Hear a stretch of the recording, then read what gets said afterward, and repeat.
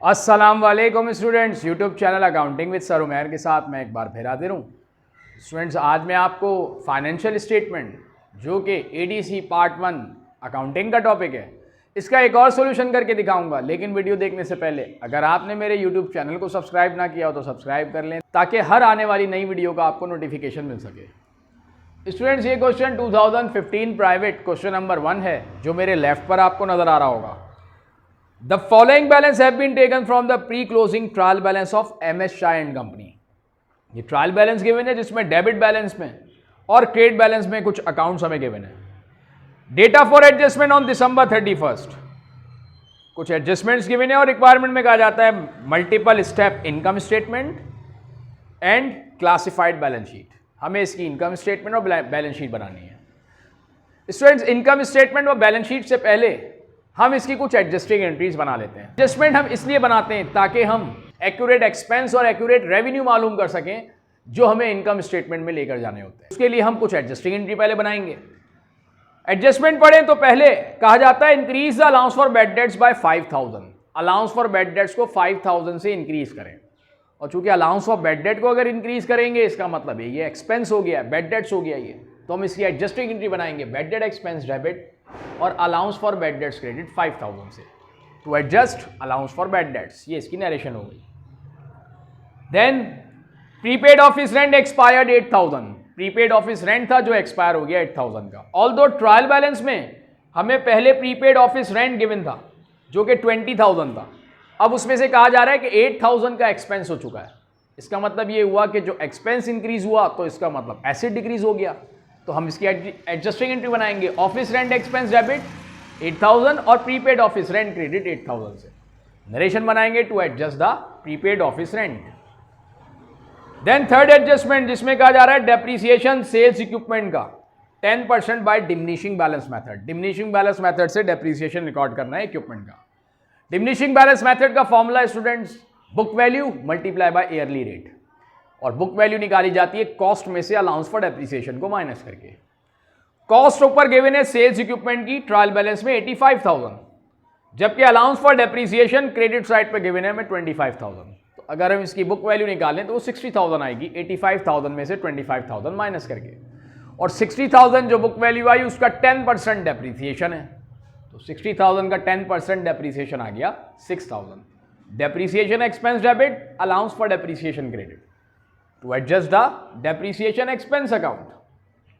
Then office salary expense outstanding 9000।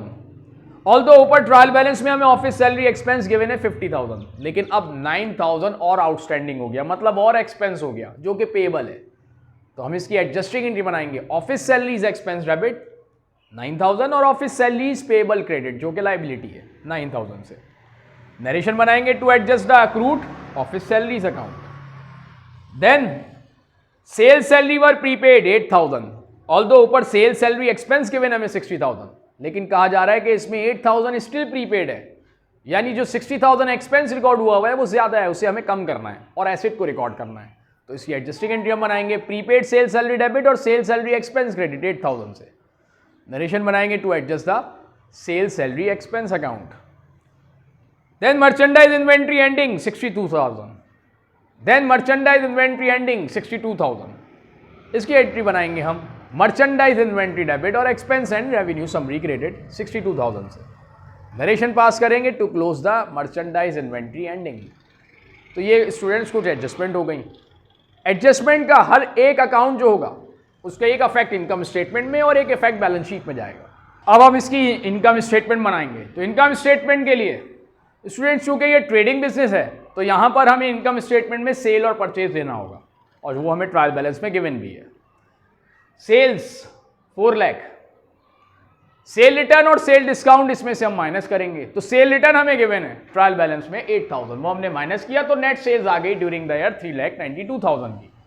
Then अब हम इसमें से लेस करेंगे कॉस्ट ऑफ गुड्स सोल्ड, यानी जो हमने सेल की 392,000 की ड्यूरिंग द ईयर, तो उसकी कॉस्ट क्या थी। कॉस्ट ऑफ गुड्स सोल्ड के लिए मर्चेंडाइज इन्वेंट्री बिगनिंग जो कि हमें गिवन है 45,000 ट्रायल बैलेंस में। देन ड्यूरिंग द ईयर हमने परचेजिंग की टोटल 2 लाख की।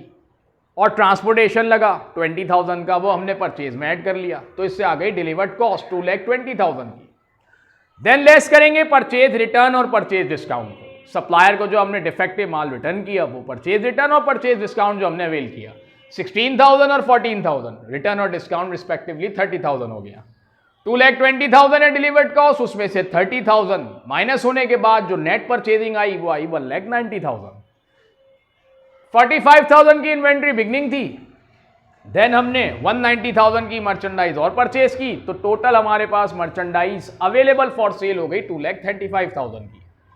देन अब हम इसमें से माइनस करेंगे मर्चेंडाइज इन्वेंट्री एंडिंग, जो कि हमें गिवन है 62,000 की एडजस्टमेंट में, जो कि साल के आखिर में इन्वेंट्री बच गई जो सेल आउट ना हो सकी।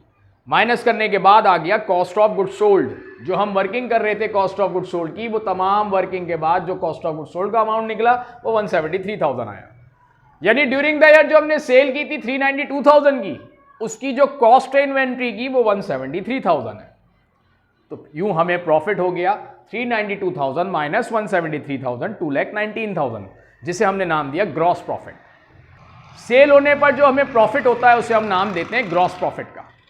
देन लेस करेंगे ऑपरेटिंग एक्सपेंसेस, जो ड्यूरिंग द ईयर हमने बिजनेस रन करने के लिए एक्सपेंसेस किए उसे हम कहते हैं ऑपरेटिंग एक्सपेंसेस, जिसमें ऑफिस सैलरीज एक्सपेंस जो कि ट्रायल बैलेंस में हमें 50,000 गिवन था, और हमने एक एडजस्टमेंट बनाई थी जिसमें ऑफिस सैलरीज एक्सपेंस और ऑफिस सैलरी पेबल एंट्री बनी थी, और office salary expense debit record किया था हमने एडजस्टिंग एंट्री में, और डेबिट होने का मतलब है एक्सपेंस इंक्रीज हो गया।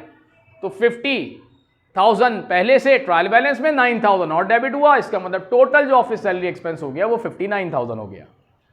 सेल सैलरी एक्सपेंस जो कि ट्रायल बैलेंस में हमें 60,000 गिवन था, लेकिन एक एडजस्टमेंट हमने बनाई थी जिसमें प्रीपेड सेल सैलरी डेबिट और सेल सैलरी एक्सपेंस हमने क्रेडिट किया था।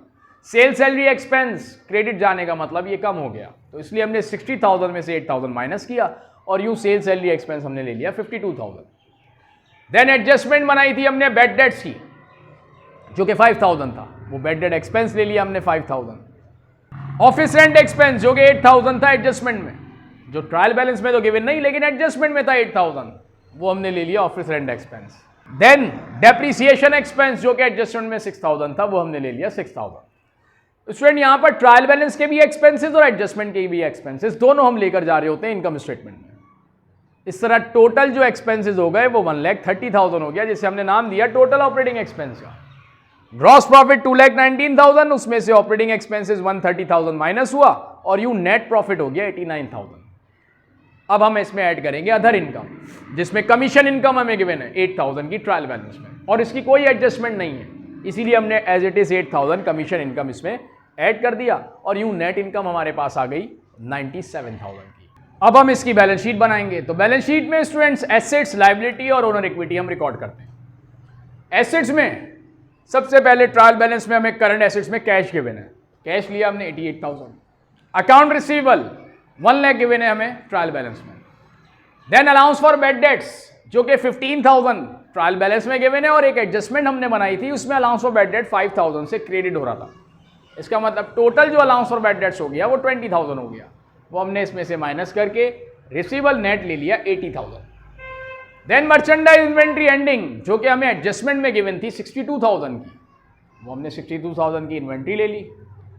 प्रीपेड ऑफिस रेंट जो कि ट्रायल बैलेंस में गिवन था 20,000, लेकिन एक एडजस्टमेंट हमने बनाई थी जिसमें प्रीपेड ऑफिस रेंट को हमने क्रेडिट किया था 8,000 से, इसका मतलब प्रीपेड कम हो गया। 20,000 में से हमने 8,000 कम किया और यूं प्रीपेड ऑफिस रेंट जो रह गया वो रह गया 12,000, वो हमने प्रीपेड ऑफिस रेंट जो रह गया 12,000 वो ले लिया। देन एक एडजस्टमेंट हमने बनाई थी प्रीपेड सेल सैलरी की 8,000 से, जो कि एडजस्टमेंट में थी, वो प्रीपेड सेल सैलरी हमने 8,000 ले लिया, और यूं तमाम करंट एसेट्स जो ट्रायल बैलेंस में थे वो और जो एडजस्टमेंट में थे वो हमने तमाम ले लिए। अब हम लेंगे फिक्स एसेट्स, तो फिक्स एसेट्स में सेल्स इक्विपमेंट ट्रायल बैलेंस में हमें गिवन है 85,000। Allowance for depreciation trial balance में 25,000 गिवन है, और एक एडजस्टमेंट हमने बनाई थी जिसमें 6,000 से हमने एंट्री बनाई थी डेप्रीसिएशन एक्सपेंस और allowance for depreciation. Depreciation expense तो हम इनकम स्टेटमेंट में ले गए थे क्योंकि वो एक्सपेंस था। अलाउंस फॉर डेप्रीसिएशन चूंकि कॉन्ट्रा एसेट अकाउंट है वो फिक्स एसेट्स यानी इक्विपमेंट में से माइनस हो जाएगा, तो 85,000 माइनस 35,000 54,000 हो गया बुक वैल्यू सेल्स इक्विपमेंट की। तो इस तरीके से टोटल एसेट्स जो आ गए वो 3,04,000 आ गए। अब हम लेंगे इसमें लाइबिलिटीज। तो लाइबिलिटीज में करंट लाइबिलिटी जिसमें अकाउंट्स पेबल हमें गिवन है 65,000, वो हमने लिया। देन एक एडजस्टमेंट हमने बनाई दी, ऑफिस सैलरीज एक्सपेंस और office salaries payable. Office salaries expense तो हम इनकम स्टेटमेंट में ले गए, ऑफिस सैलरीज पेबल जो लाइबिलिटी है वो हमने ले ली 9,000। यूं करंट लाइबिलिटी दोनों हो गई, एक एडजस्टमेंट में थी और एक ट्रायल बैलेंस में। देन लॉन्ग टर्म लाइबिलिटी जिसे हम फिक्स लाइबिलिटी भी कहते हैं, वो मॉर्गेज पेबल के नाम से ट्रायल बैलेंस में हमें गिवन है 20,000। Then owner's equity, owner's equity में शाह कैपिटल जो कि हमें गिवन है 123,000। नेट इनकम 97,000 जो हमने कंप्यूट की थी वो इसमें हम ऐड कर लेंगे, और यूं टोटल जो कैपिटल हो जाएगा वो 2,20,000 हो जाएगा।